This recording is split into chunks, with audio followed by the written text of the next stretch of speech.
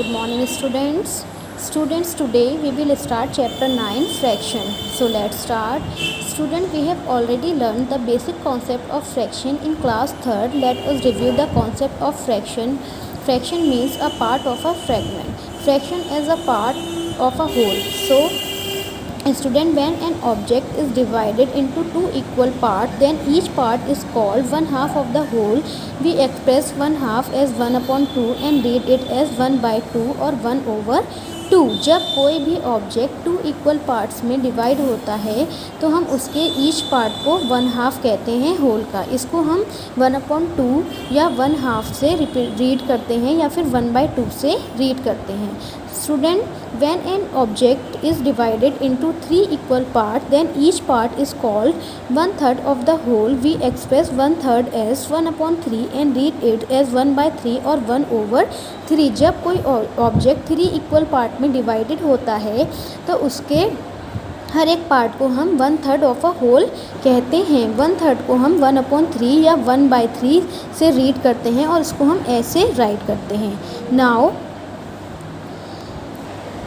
Now let us shade two parts out of these in the above circle. Then the shaded part is 2/3 of the whole. Thus in 2/3 two parts out of three equal parts is taken. We express 2/3 as 2/3 and read it as 2/3 और 2/3. कि हम कह रहे हैं ये जो हमें part ये सर्कल दे रखा है इनमें से किन्हीं भी टू पार्ट्स को शेड करते हैं. जब हम इन टू पार्ट्स को शेड करते हैं तो ये हमारा जो पूरा होल है ये हमारा इसके जो पार्ट्स 2/3 कहलाते हैं. 2/3 को हम 2/3 या 2/3 भी रीड कर सकते हैं. When an object is divided into four equal parts, then each part is called 1/4 or quarter of the whole. जब कोई भी आपका जो ऑब्जेक्ट होता है वो 4 इक्वल पार्ट्स में डिवाइड होता है तो उसका हर एक पार्ट 1/4 कहलाता है. 1/4 को हम 1/4 या 1/4 भी रीड करते हैं या फिर इसको क्वार्टर ऑफ अ होल भी पढ़ा जाता है. Student, now exercise 29. So exercise 29 पर your question number 1 is shade with a pencil 1/2 or 1/2 of each of the following figures. कह रहे हैं ये जो आपको फिगर्स दे रखी हैं इनमें 1/2 को शेड करना है. 1/2 मीन जब कोई भी पार्ट जो होता है आपका इक्वली 1/2 में डिवाइडेड होता है तो उसका हाफ पार्ट को हम क्या करेंगे यहाँ पर शेड कर लेंगे. 1/2 को शेड कर लेंगे और 1/2 को ऐसे ही रहने देंगे. Now question number 2 is shade with a pencil 1/3 और each of the following figure. इनमें से हम इसका 1/3 पार्ट जो है वो शेड कर देंगे. हमने आपको बताया है 1/2 क्या होता है 1/3 क्या होता है. सेम वैसे ही जो पार्ट्स दे रखे होते हैं उसके 1/2 दे रखा होगा तो 1/2 को शेड कर देंगे. 1/3 दे रखा होगा तो 1/3 को शेड कर देंगे. Question number 3 is shade with the pencil 3/4 of each of the following figures. कह रहे हैं इनमें से 3/4 पार्ट को शेड करना है. मीन्स 4 आपके होल पार्ट्स कितने हैं 4 में से 3 पार्ट्स को शेड करना है 1 2 3. Now question number 4 is shade with a pencil 2/5 of each of the following figures. means इसका 2/5 पार्ट शेड करना है. means 5 पार्ट में से इसके 2 पार्ट्स को शेड करना है. now question number 5 is shade a part of each whole to the represent the given fraction. जो आपको फ्रैक्शन दे रखा है उसके अकॉर्डिंग शेड करना है. means 1/6 6 में से 1 पार्ट को शेड कर लेंगे. 3/8 मीन्स 8 पूरे टोटल पार्ट्स दे रखे हैं 8 में से 3 पार्ट्स शेड कर लेंगे. 9/16 सो 16 में से आउट ऑफ 16 आपको 9 पार्ट्स शेड कर लेने हैं. 4/9 सो इसमें से 9th में से हम 4 पार्ट्स शेड कर लेंगे. ऐसे ही फ्रैक्शन जो दे रखे हैं उसके अकॉर्डिंग हम इन्हें शेड कर लेंगे. Question number 6 is for each of the following figures right the fraction showing the unsaid part. जो आपके अनशेड पार्ट दे रखे हैं उनका फ्रैक्शन करना है. सो हम total number of parts count करेंगे और अनशेड पार्ट जितने होंगे उनको लिख देंगे. Like total number of parts यहाँ पर हैं 8 और अनशेड पार्ट कितने हैं 1 2 3 4. So we will write 4 8. Now total number of parts are 12 and unshade parts are 7. So we will write 7/12. Then इस वाले में देखिए total number of parts are 12 and unshade parts are 5. So it is written as 5/12. अब now question number 7 is write the fraction for each of the following fractional numbers. आपको fractions लिखने हैं. 2/5 means 2/5, 3/8, 3/8, 5/11, 5/11 ये सारे आपके ऐसे ही हो जाएंगे, आपको 11 में कर लेंगे। Now question number 8 is write the fractional number for each of the following fractions. अब आपको फ्रैक्शनल नंबर्स लिखने हैं, मीन 7/10 है, so we can write 7 10s, 9/13 it is 9/13, 2/11 2 11s, 5/16 5 16, ये सारे ऐसे ही हो जाएंगे। Students now exercise 30, write the numerator and denominator of each of the following fractions. आपको न्यूमरेटर एंड डिनोमिनेटर बताने हैं यहाँ पर।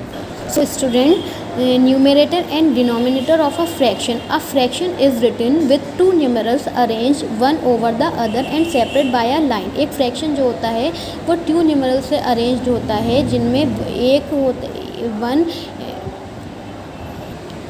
ओवर द अदर होता है और वो दोनों ही एक लाइन से सेपरेटेड होते हैं। The numeral above the line is called the numerator. वो न्यूमरल जो लाइन के अबव होता है वो न्यूमरेटर कहलाता है। And the numeral below the line is called the denominator. वो न्यूमरल जो बिलो द लाइन होता है वो डिनोमिनेटर कहलाता है। Like in 7/8 we have numerator is equal to 7 and denominator is equal to 8। Like 7/8 दे रखा है, इसमें 7 जो है वो अबव द लाइन है, सो ये न्यूमरेटर हो गया, एंड 8 जो है वो बिलो द लाइन है, सो ये डिनोमिनेटर हो गया। Now question is write the numerator and denominator of each of the following fraction. So हमने आपको बताया है वो नंबर जो अबव द लाइन होते हैं वो न्यूमरेटर होते हैं, एंड जो बिलो द लाइन होते हैं वो डिनोमिनेटर होते हैं। मीन्स ऊपर वाला नंबर हमारा न्यूमरेटर होता है एंड नीचे वाला नंबर डिनोमिनेटर। सो 2/5 में numerator is 2 and denominator is 5। Then 6/7, in 6/7 numerator is 6 and denominator is 7। Here 9 is above the line and 13 is below the line, so the numerator is 9 and denominator is 13। Okay student, ये सारे आपके ऐसे ही हो जाएंगे। Above the line numbers numerator and below the line numeral denominator.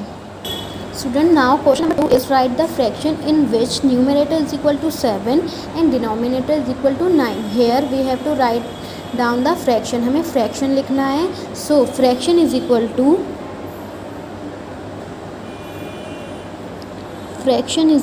to numerator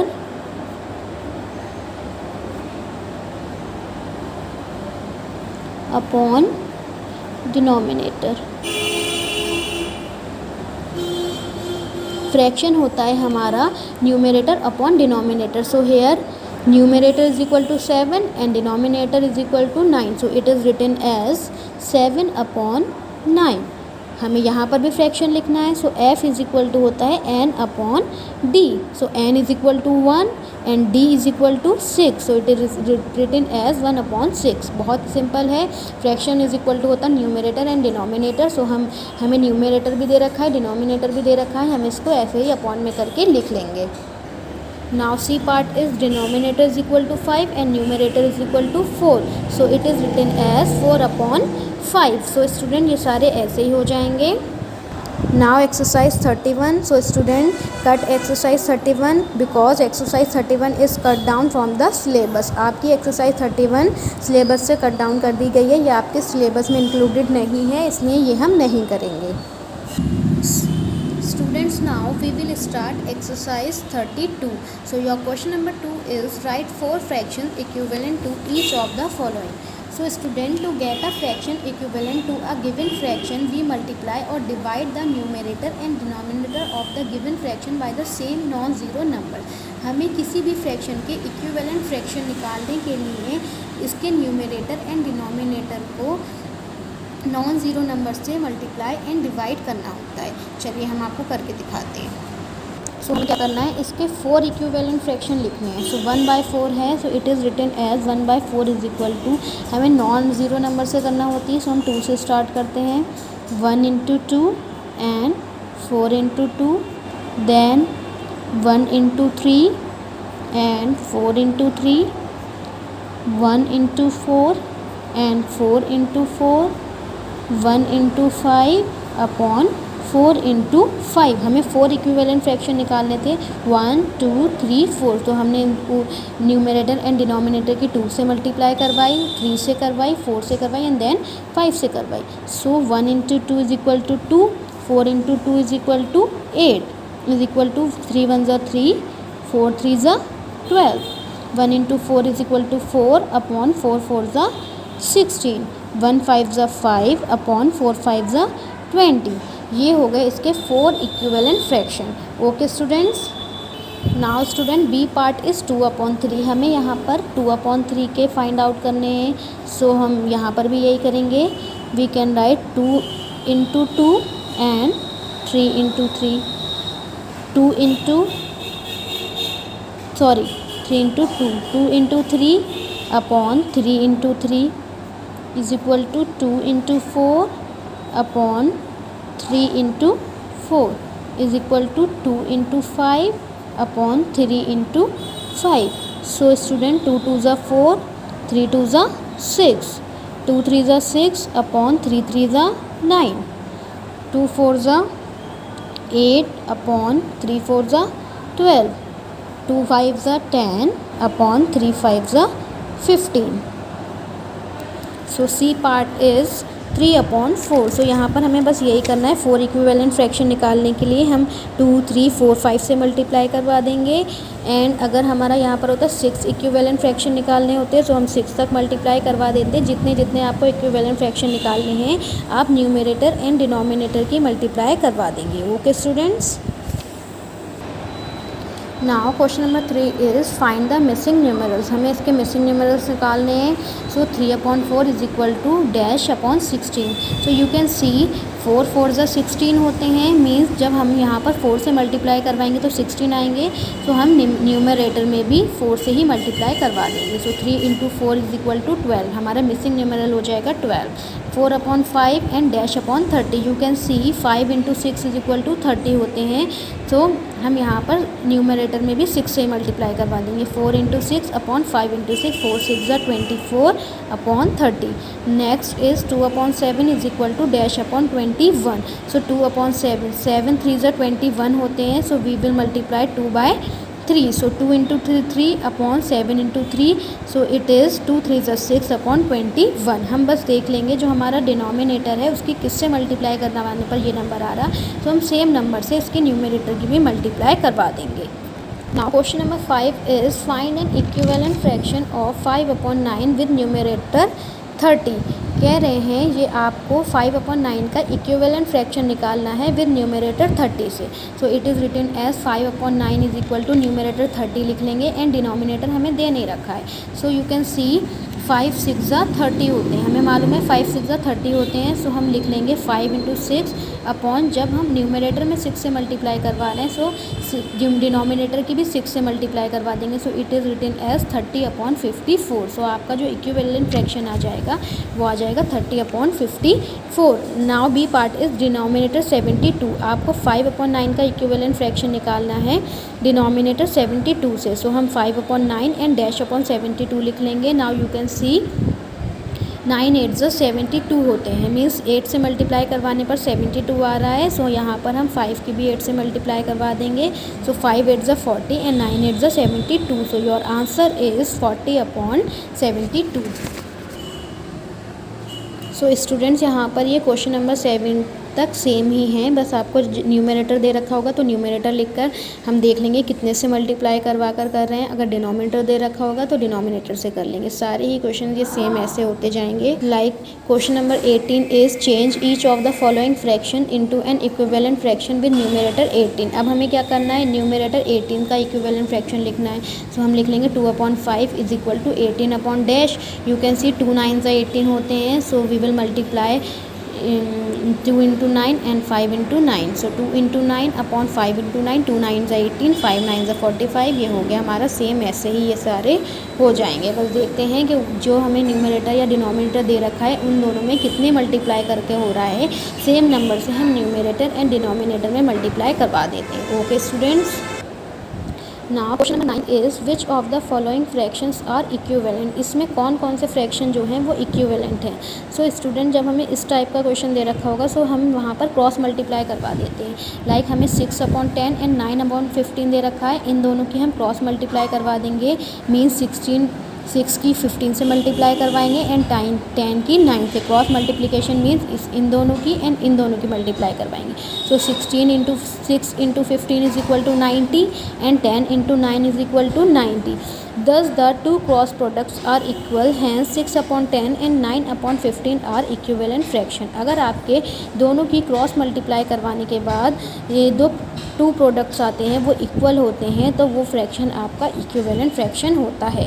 like B part is 16/24 and 2/3।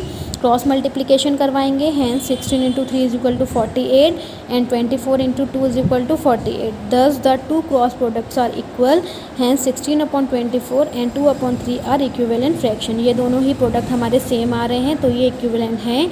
अगर आपके like C part है, हमने इनकी क्रॉस मल्टीप्लाई करवाई, दोनों ही 3 इंटू 24 72 आए एंड 4 इंटू 21 84 आए। दोनों की cross multiplication is not equal, the two cross product are not equal, hence 3/4 and 21/24 are not equivalent fraction. समझ में आ गया? बस हम क्या करना है, क्रॉस मल्टीप्लाई करना है। अगर क्रॉस मल्टीप्लिकेशन इक्वल है तो वो इक्विवेलेंट हैं, अगर क्रॉस मल्टीप्लिकेशन इक्वल नहीं है तो वो इक्विवेलेंट नहीं है। Okay students.